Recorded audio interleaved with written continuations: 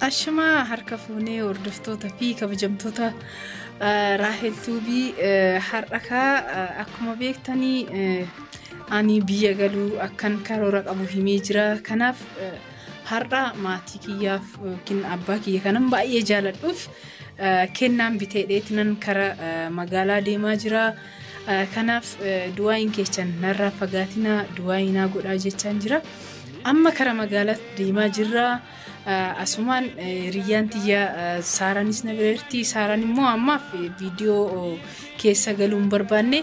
Kanaaf du'aayin keessanii fi yaanni keessan nabiraa fagaatiin jecha amma kara kamin deemaa kara meeshaa bituu yookiin immoo kennaa bituuf hin deemaa. Maal akkan kennuuf hin beeku akkam akka ta'e hin beeku. Akkuma beektanii gatii telefoonaan bitee dheetan yaada qaba.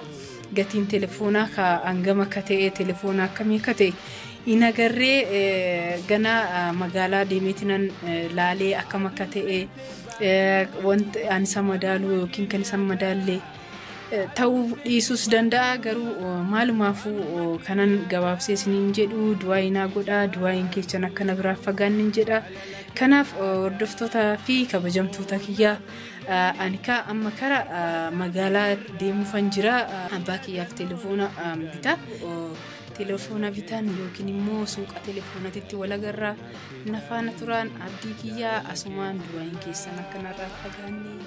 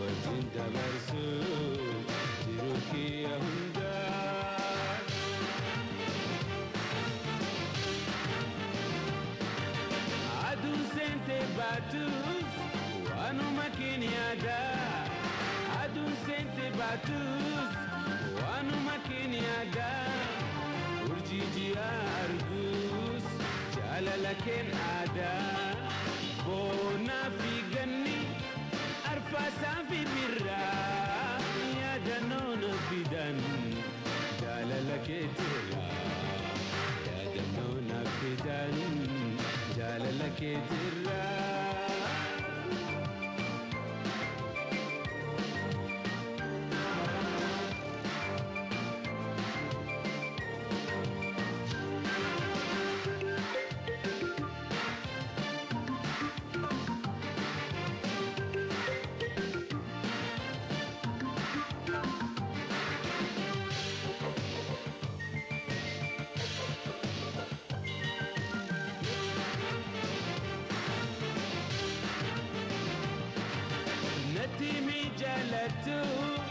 kegeran maliada natimi yalatu kegeran maliada oso waljalanu mafjiranna adda jabatu hiriyako obsan hajiranu amantif jalalan abdin ha eganu amantif jalalan abdin ha eganu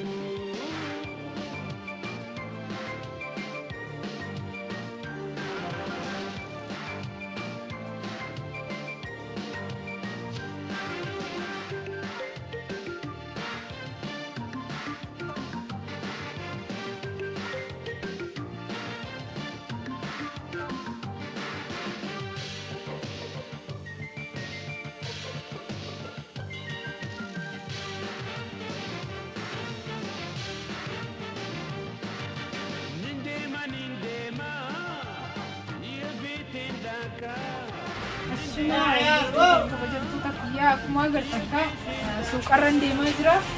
amma abbaa kiyya afaan telefoona bitee beekna nasii gochuudhaa suuqa kana seenaa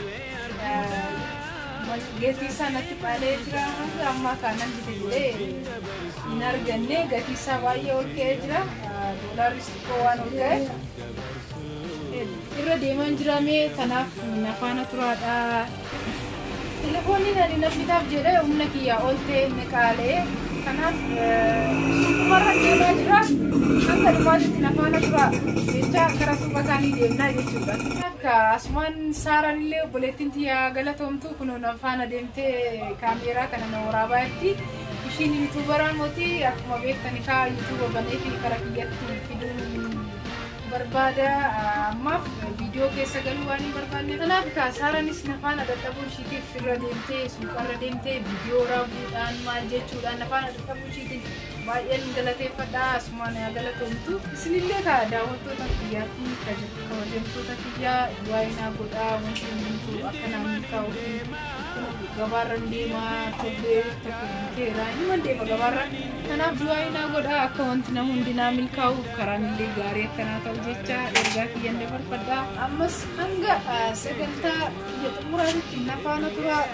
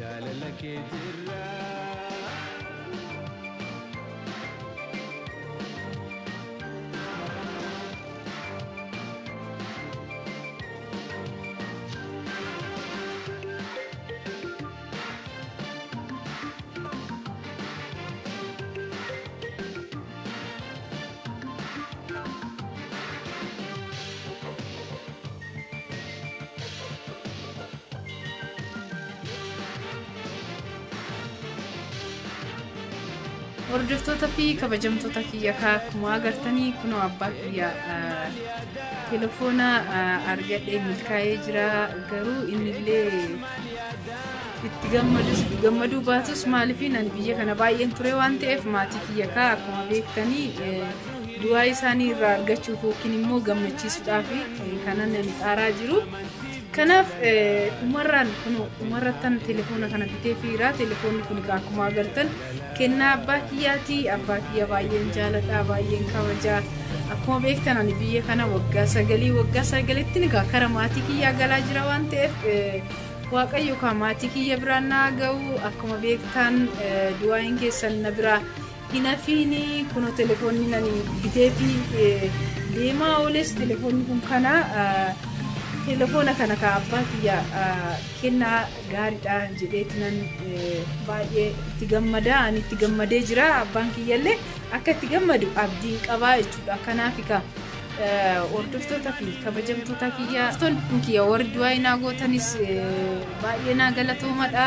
Kanaaf yaada keessan koomentii jalatti naa barreessaa yaada qabdan yookiin immoo ceephoo qabdan yoo gammaddan yoo gadditan kanas jalatti naa barreessadha. Kanaaf obboleettiin tiyyaa saaraan isaa galatoomtu oduu dadhabeen jedhiin lakkii nagee oduun jedhiin nafaana deemaa turte viidiyoo na waraabuu ishiitiif baay'ee naa galateeffadhaadha. Kanaaf amma karaa xumuraatitti deemna. Viidiyoon kiyya oolman kiyya kanarraa akkana fakkaata. Oolman kiyya mana telefoonaatii har'ammoo borummoo oolman kiyya iddoo biraa ta'a. Viidiyoo biraatiin walitti deebinaa. Kanaaf abdiin qabaa asumaan irra deddeebi'ee kanan isinitti himu du'aayin keechan na jibiraaf fagaatinaa du'aayinaaf godhaa. Viidiyoon kiyya kanarraa kanuma irratti xumuraa nagaan naaf ta'a. Abbaa isiniin jechaa jira telefoonirree kana.